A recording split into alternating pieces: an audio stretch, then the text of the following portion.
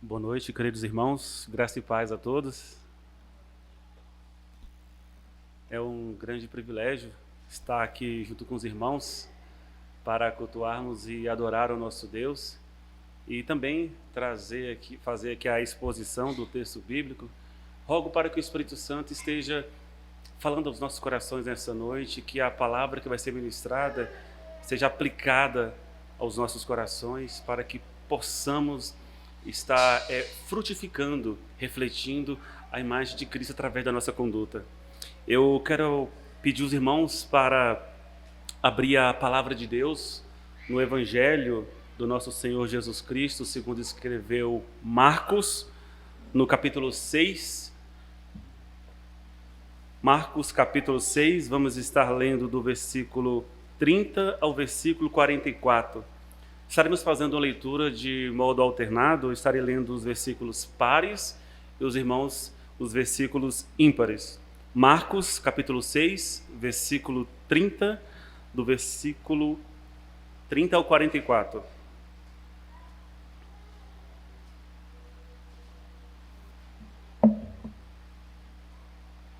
Leiamos a palavra de Deus. Voltaram os apóstolos à presença de Jesus e lhe relataram tudo quanto haviam feito e ensinado.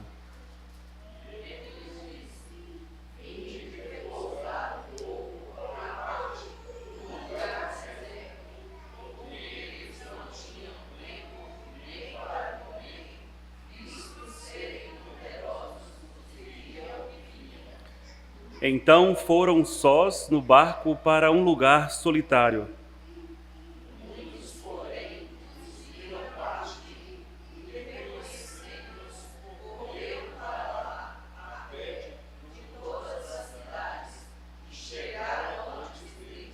Ao desembarcar, viu Jesus uma grande multidão e compadeceu-se deles, porque eram como ovelhas que não têm pastor, e passou a ensinar-lhes muitas coisas.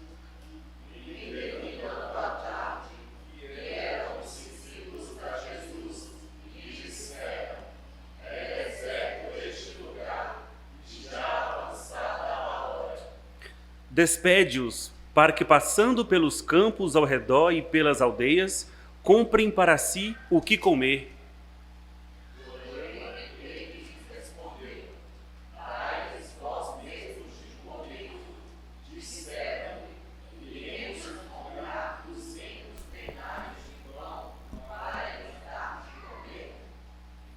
E ele lhes disse: quantos pães tendes? E de ver. E sabendo-os eles, responderam: 5 pães e 2 peixes.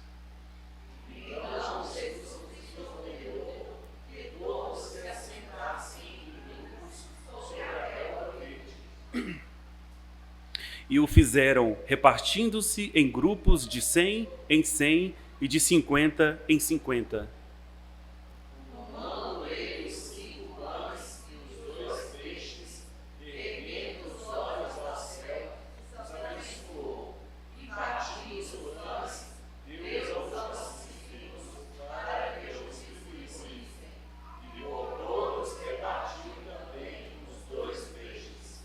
Todos comeram e se fartaram.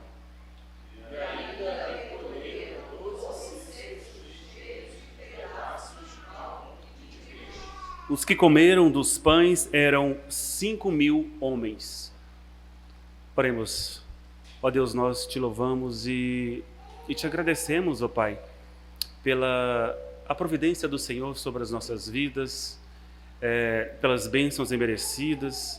Ó Pai, fala aos nossos corações nessa noite, a Tua palavra foi lida e que o Teu Santo Espírito esteja aplicando, ó Pai, aos nossos corações.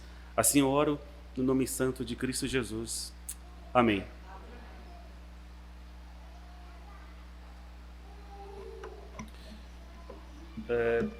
Meus irmãos, acredito que alguns de vocês estão presentes aqui nessa noite já teve o privilégio de ler um livro de ficção ou então mesmo um filme que já foi produzido sobre o lendário detetive Sherlock Holmes. foi um personagem criado pelo Arthur Conan Doyle. É uma das mais intrigantes criações da ficção literária. E já seu famoso parceiro, o Dr. John Watson, é um tipo comum, ou seja, o objetivo do autor era contrastar seus leitores e pessoas comuns como nós, com o extraordinário detetive Holmes. E veja este diálogo entre esses dois, Holmes e Watson. Aí eu pergunto, qual desses dois você se identifica mais? Ou parece mais? Holmes pergunta para o Watson. Você vê, mas não observa, Watson. A diferença é clara. Por exemplo, você tem visto frequentemente os degraus que conduzem ao corredor desta sala? Watson responde, sim, frequentemente. Holmes, quantas vezes? Watson, bem, umas 100 vezes, eu acho. E Holmes, então, quantos degraus são, Watson? Não sei quantos degraus. Aí o Holmes responde, aí está, Watson. Você não observou e, no entanto, viu. Exatamente neste ponto que desejo chegar. Pois bem, sei que são 17 degraus, porque apenas não vi, mas eu observei que são 17 degraus. Meus irmãos, Holmes trabalha esse problema de modo semelhante ao que Marcos relatou aqui no texto que nós acabamos de ler. O objetivo de Jesus de realizar extraordinário milagre dos pães e peixes, e além de outros milagres, que se você observar, pegar o Novo Testamento, tanto Mateus como Marcos, Lucas, João, eles relatam vários milagres feitos por Jesus. E o objetivo desse milagre não era apenas atender uma necessidade física de alguém, uma cura de uma enfermidade, fazer um coxo, um cego enxergar, um coxo andar. Não, mas o propósito principal do milagre de Jesus era fazer com que o povo judeu enxergasse Jesus e visse que ele era o Filho de Deus, o poderoso Filho de Deus, o Jesus que os profetas do Antigo Testamento testificaram, falaram. Então esse era o objetivo da mensagem espiritual por trás do milagre que Jesus realizou. E esse grande e extraordinário milagre aqui, onde nós acabamos de ver, sobre a multiplicação dos pães e dos peixes, relata exatamente sobre isso. O objetivo de Jesus de realizar esse milagre era fazer com que tanto os discípulos como a multidão que estava ali presente de Jesus olhasse para ele e observasse que ele era Deus. Aqui nessa ilustração que eu dei sobre Holmes e Watson, apenas viu os degraus, mas não observou a quantidade de degraus. Holmes, ele viu e observou a mesma coisa. Fora as multidões, elas viram o milagre, viram vários milagres que Jesus realizou, mas não observaram detalhadamente que aquela pessoa que está fazendo esse milagre era Jesus, o Filho de Deus. E Marcos, meus irmãos, ele relata muito bem em toda a sua narrativa que Jesus é o Filho de Deus, o poderoso Filho de Deus que veio salvar o seu povo do pecado. Nosso Senhor nos convida, meus irmãos, não apenas ver os milagres diários em nossas vidas, mas a observar que Ele é o Senhor e Salvador, que nos resgatou as nossas almas da condenação eterna. Precisamos confiar que Ele é o nosso pastor, que preserva as nossas almas e o nosso sustento, tanto físico como espiritual. E nos abençoa de maneira extraordinária. Com isso, meus irmãos, em mente, convido vocês não apenas ver o milagre como algo corriqueiro no dia a dia, como algo rotineiro, mas que você possa observar por trás do milagre a provisão de Deus sobre a sua vida. E então, diante disso, eu quero dizer para os irmãos que o tema do meu sermão é o Deus da provisão miraculosa cuida dos necessitados.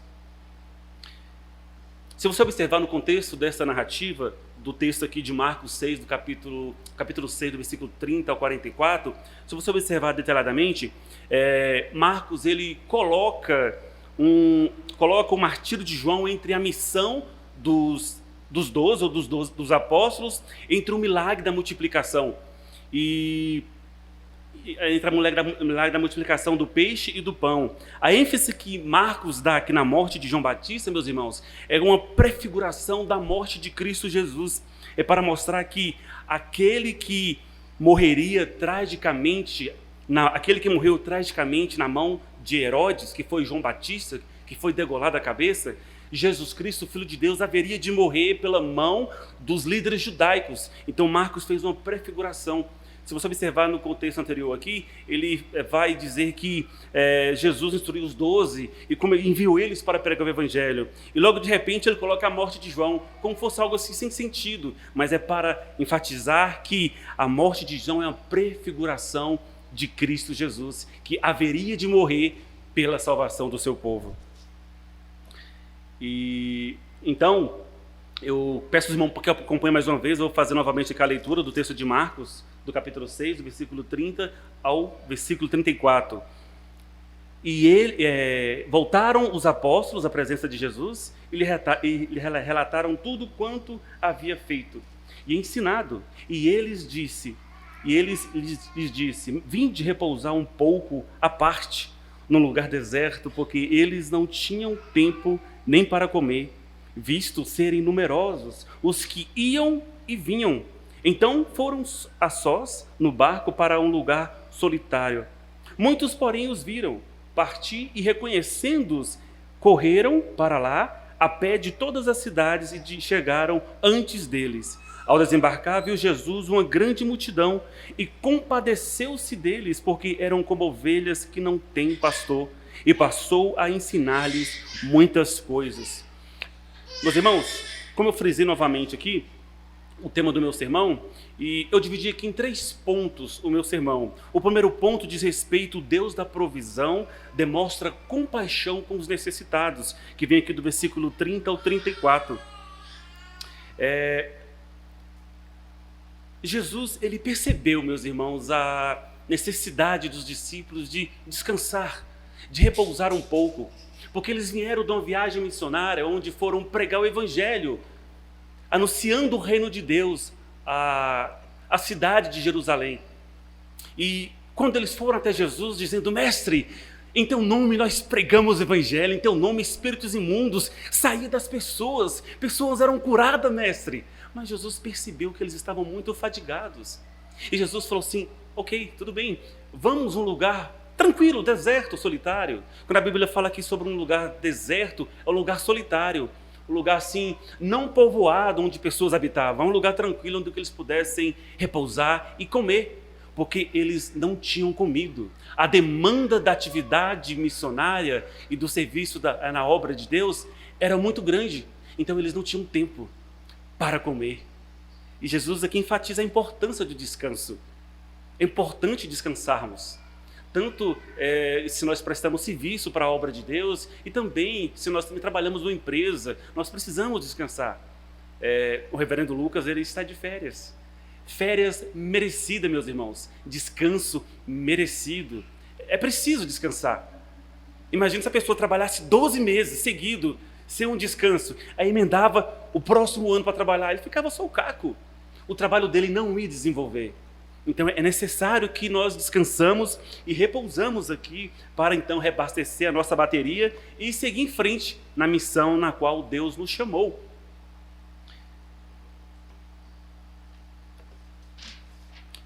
Note que Jesus valoriza a importância do descanso, seja ele na obra do Senhor ou na empresa na qual você trabalha atualmente. É necessário descansar para renovar as nossas forças. O descanso que Jesus havia programado para ele e os discípulos foi interrompido. Foi interrompido, porque as multidões viram Jesus se deslocar num barco com os discípulos para o outro lado do mar da Galileia. Então eles foram até atrás de Jesus, para ouvir sobre os ensinamentos, também para ver a realização de grandes milagres. O interessante é que a multidão eles seguiam Jesus, meus irmãos, não para prestar atenção nos ensinos do reino de Deus, mas apenas para ver os milagres. Eles seguiam Jesus para ver os milagres. Trazendo para os nossos dias, isso não é diferente. Não é mesmo diferente. No âmbito evangélico, quantas pessoas seguem a Jesus apenas por interesse de receber uma cura física, o interesse de receber uma bênção, mas não pelo interesse de ouvir a sã doutrina, de ouvir a mensagem do Evangelho e crer nessa mensagem e confiar em Jesus. Então, se observarmos, não há diferença alguma nesse sentido. A multidão buscava Jesus apenas, seguia Jesus apenas para receber uma bênção. Buscava a dádiva, mas não o doador. E precisamos buscar o nosso doador. Precisamos buscar e confiar em Cristo Jesus como nosso Senhor e Salvador.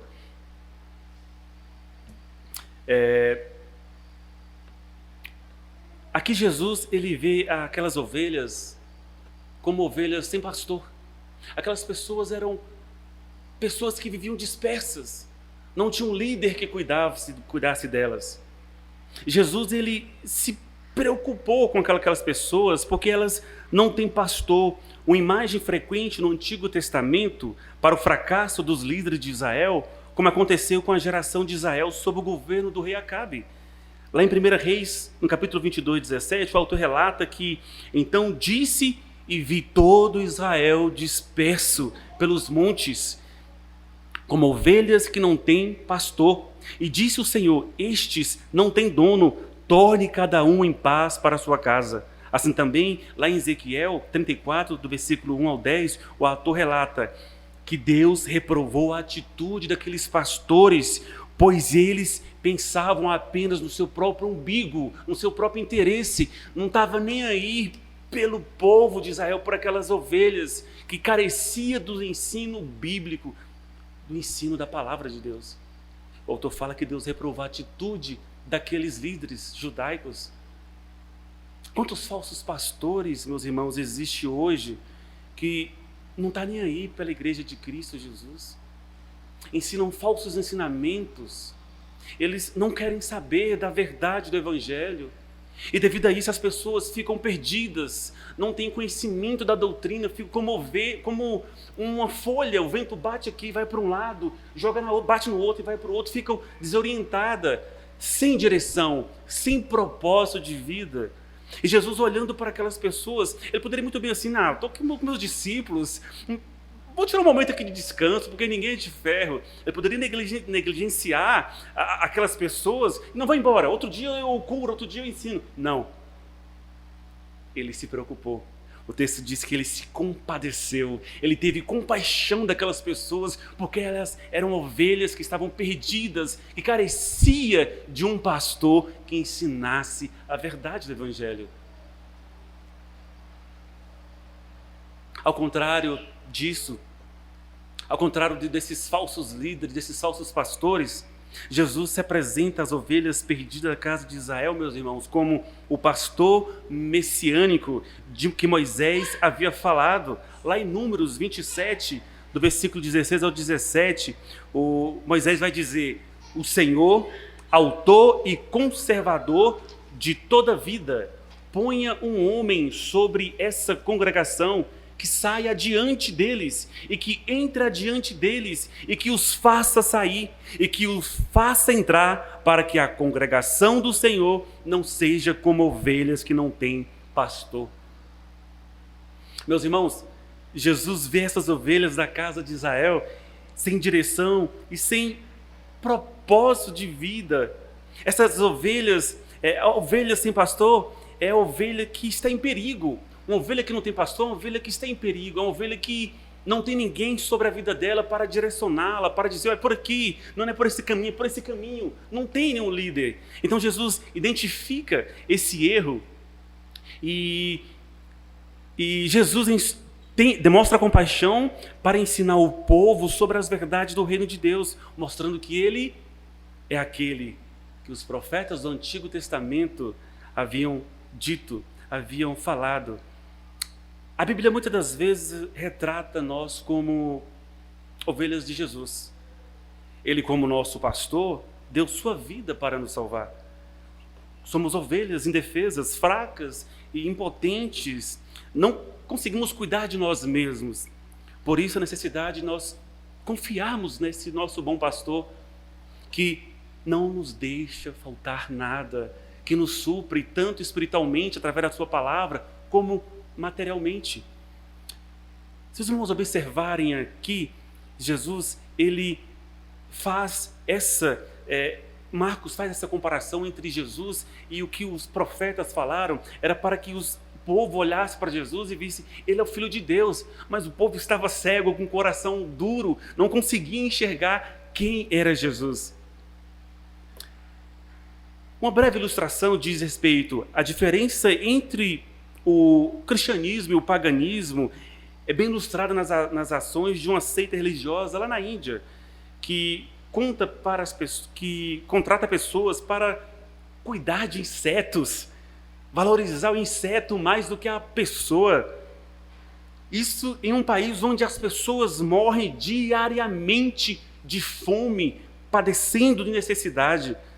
O cristianismo ensina que tudo que existe foi criado para o uso das pessoas, para atender a necessidade das pessoas. O cristianismo ensina que nós devemos preocupar com o próximo, valorizar a vida do próximo, não um animal, não um inseto.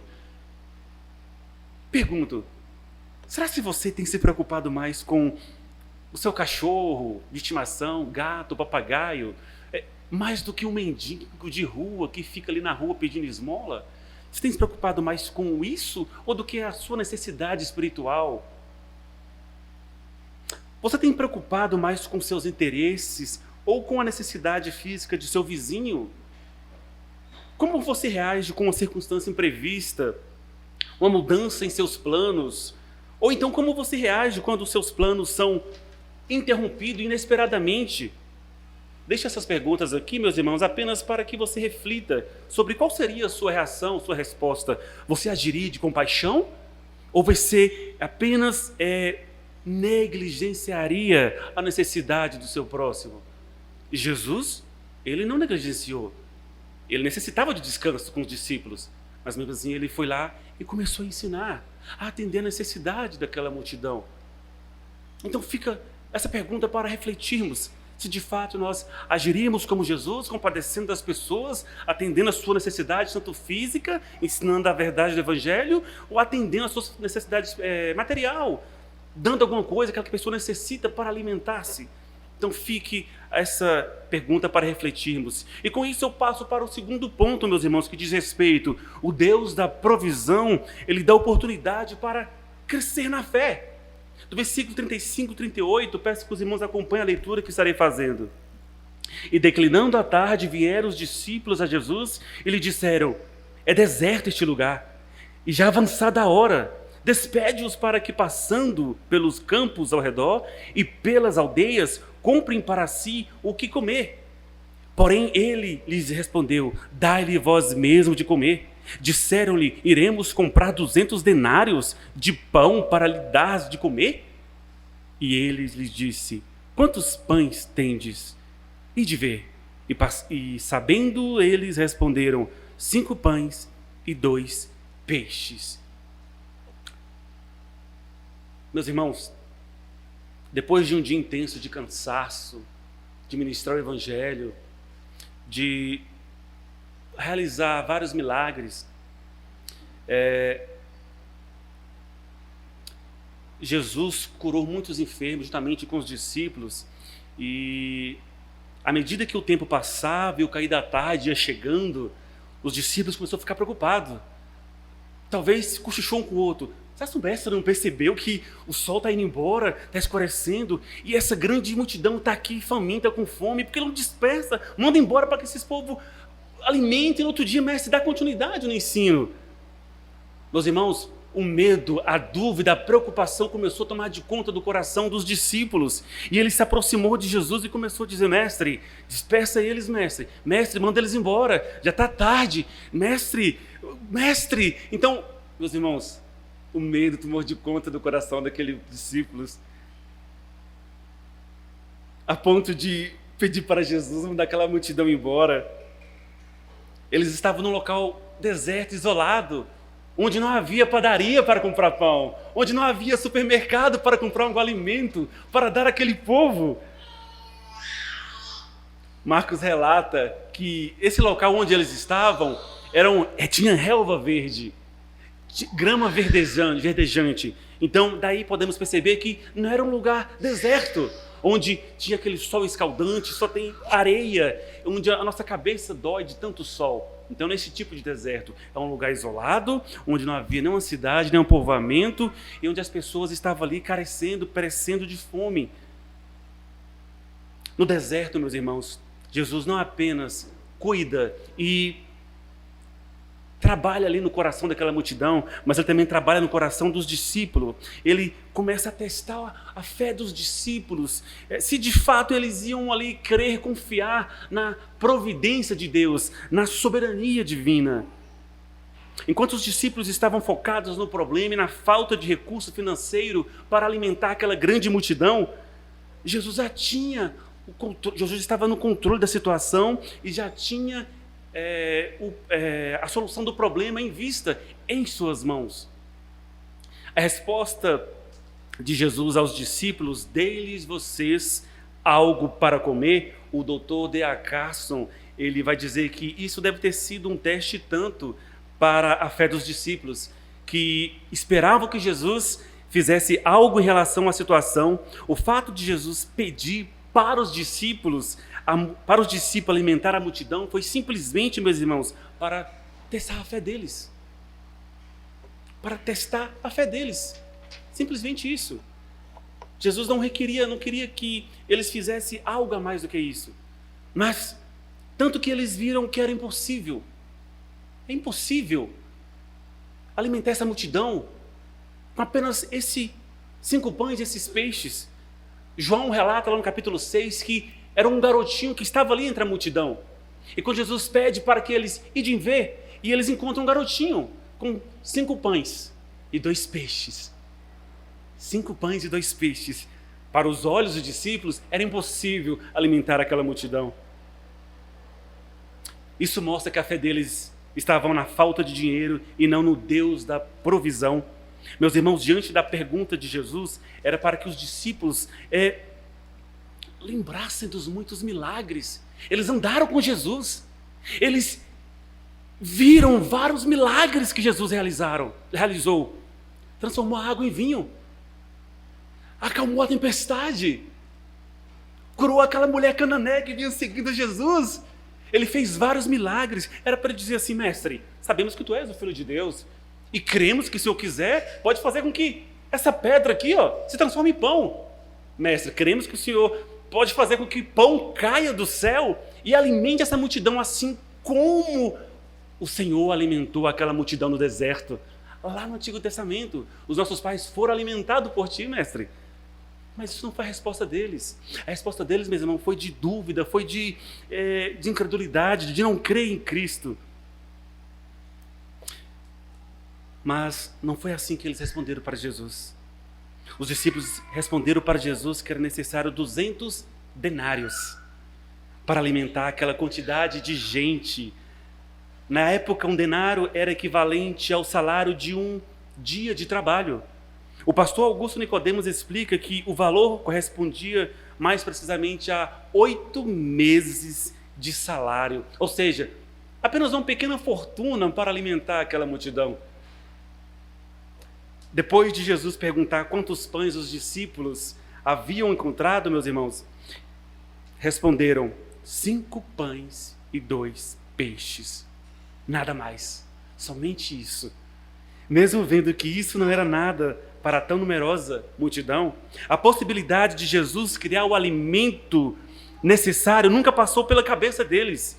Eles estavam tão focados no problema e na necessidade de encontrar uma solução humana que deixaram de considerar o poder de Deus sobre as suas vidas.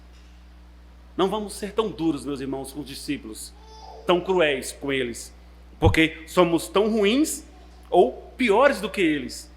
Deixa eu fazer 3 perguntas. Deus já falhou com você alguma vez?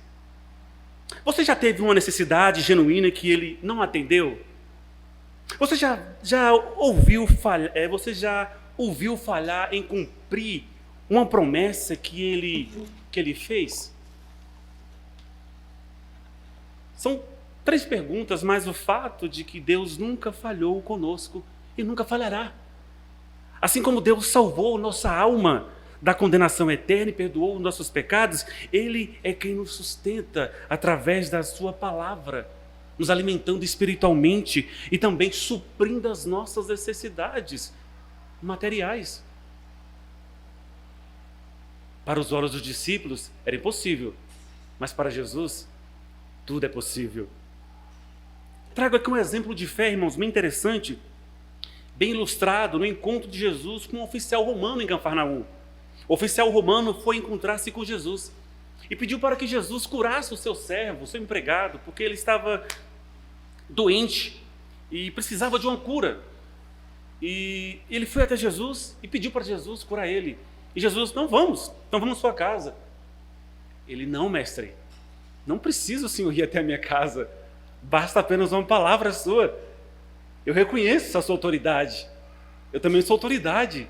Tem alguns homens sob meu comando. Se eu falar, faça, ele faz, vai, ele vai. Então, se o Senhor disser apenas uma palavra, o meu servo será curado. Jesus ficou admirado, meus irmãos, pela tamanha fé desse homem romano, gentil, porque ele não achou essa fé no meio do povo de Israel. Assim como os discípulos, você tem olhado para as situações que enfrenta na vida e ficou com medo e cheio de dúvidas?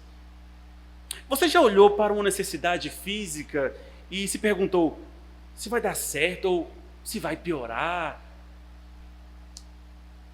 Meus irmãos, ter medo do desconhecido faz parte de viver neste mundo. Ter dúvidas e preocupações não é motivo de vergonha. É algo com o qual todos lidamos diariamente. O problema surge quando nos tornamos com os discípulos, ou seja, não confiar na providência de Deus. Meus irmãos, vimos aqui o primeiro ponto. O Deus da provisão demonstra compaixão com os necessitados.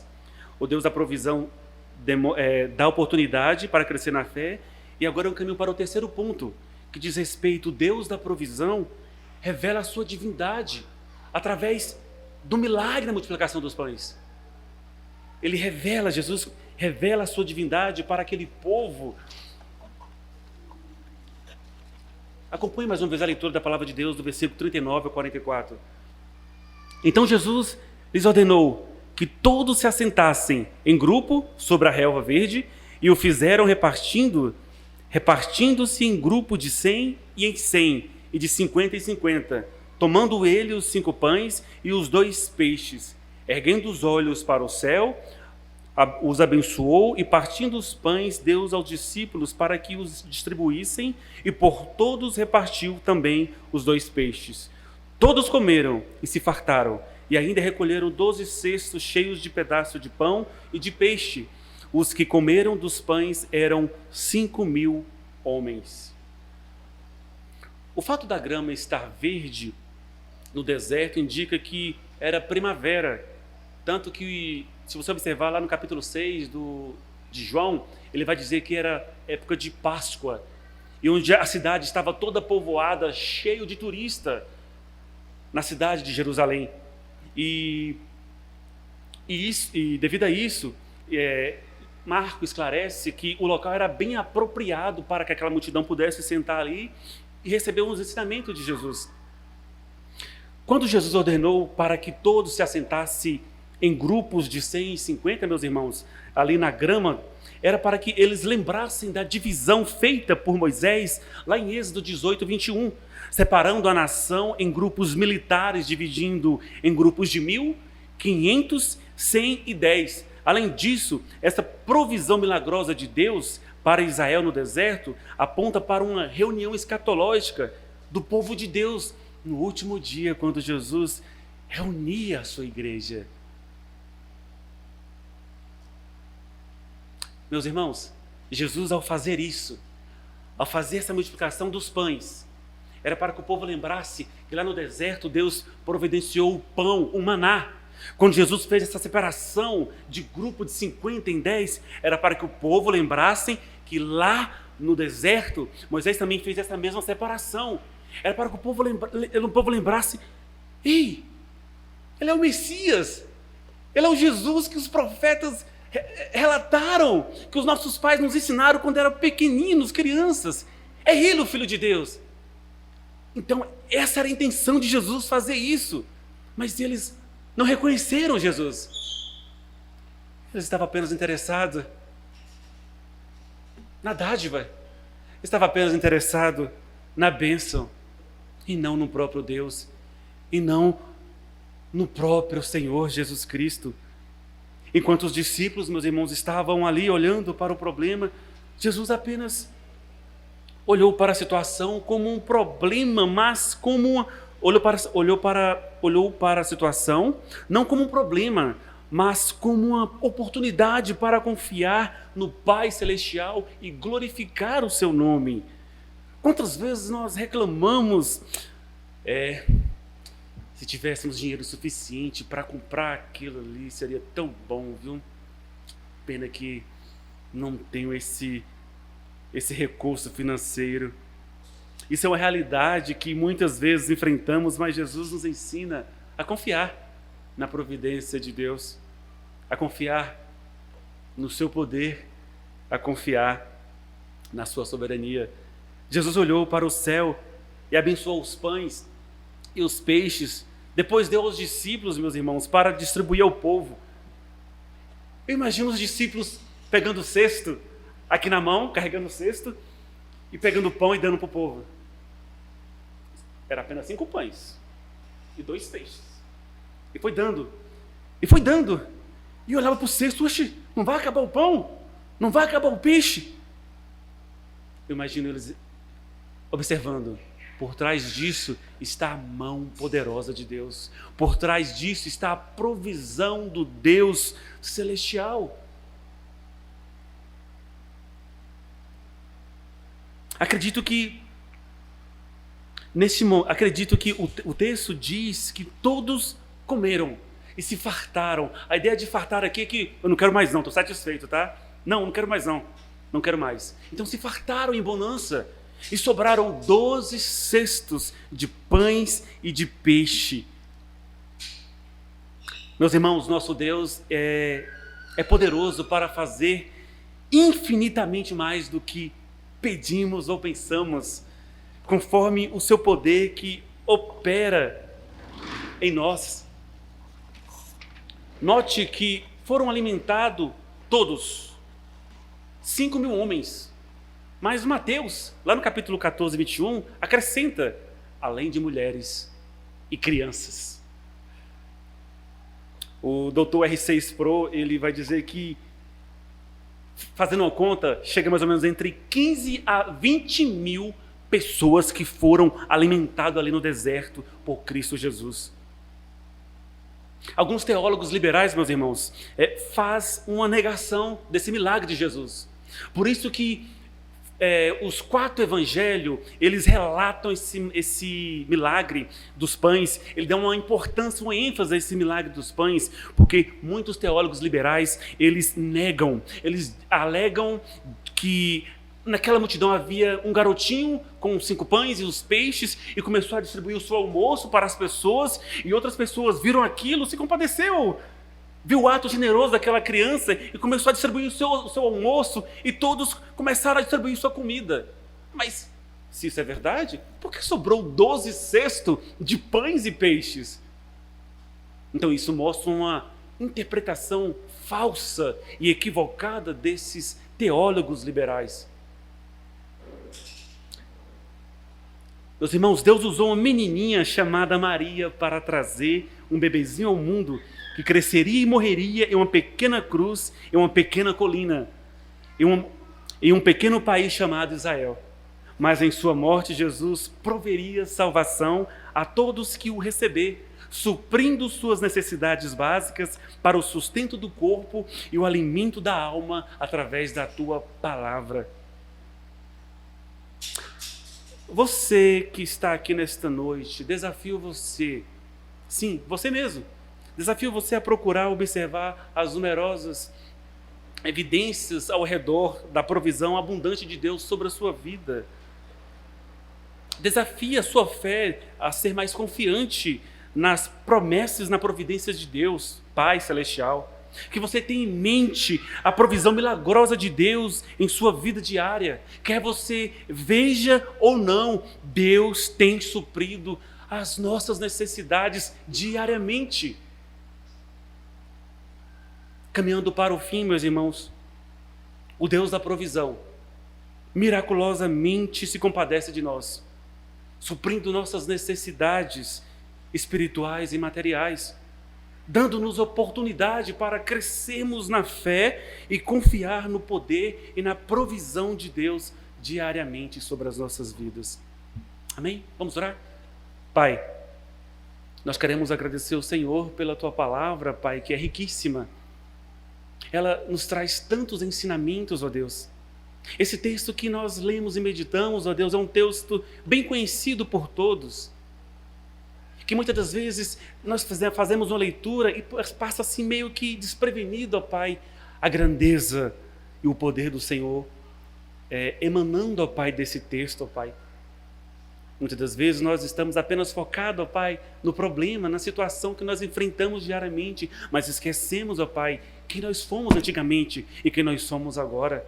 Esquecemos o que o Senhor fez e o que o Senhor está fazendo nas nossas vidas, suprindo-nos, Senhor, as nossas necessidades com a Tua palavra, para que possamos estar crescendo diariamente, nos tornando mais parecido com Cristo Jesus, e também, ó Pai, suprindo as nossas necessidades materiais. Obrigado, ó Deus, porque o Senhor tem nos abençoado de forma extraordinária, ó Pai. Em nome de Jesus nós oramos. Amém.